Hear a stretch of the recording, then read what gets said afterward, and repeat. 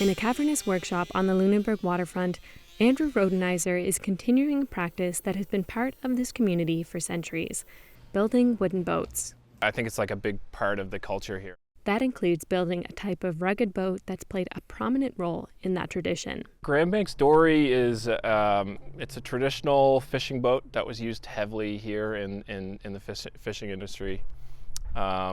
They were most commonly used on the Grand Banks fishing schooners, much like like the Blue Nose or the Teresa Connors. This summer, a champion dory rower and former Survivor contestant has a different plan for one of those dories. My name is Jim Tarantino. I come from a fishing family here in Gloucester, Massachusetts. Proud father and grandfather and dory rower. Tarantino has been rowing dories for more than 40 years. This summer, he plans to row 11,000 kilometers from Gloucester to Lunenburg. For that, he had a boat made in Lunenburg at the Big Boat Shed. The main criteria was to get the best boat. I planned to pass it down to my grandchildren. So I wanted something solid. But the reality is, when I first saw Andy's boats, I looked at it, and may I be blunt and say exactly what I said? Look at this thing. It's too big, it's too heavy, it's too solid.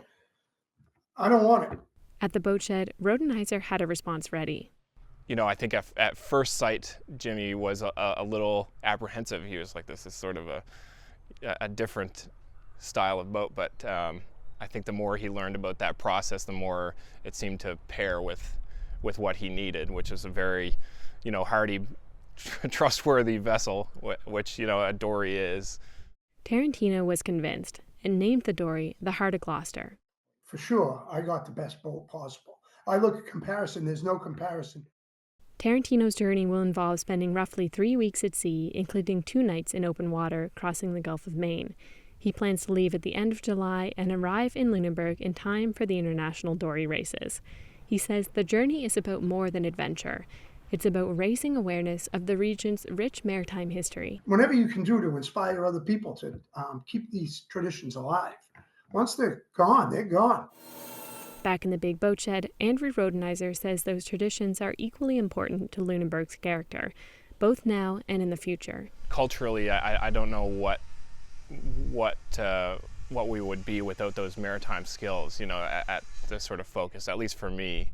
And also this is still a sustainable way to sort of operate in the world. For now, he says he'll have his mind on the Heart of Gloucester when Tarantino takes to the water at the end of July. Yeah, I'll be thinking about Jimmy out there for sure. And I hope he's got following seas and fair winds. Moira, Donovan, CBC News, Lunenburg.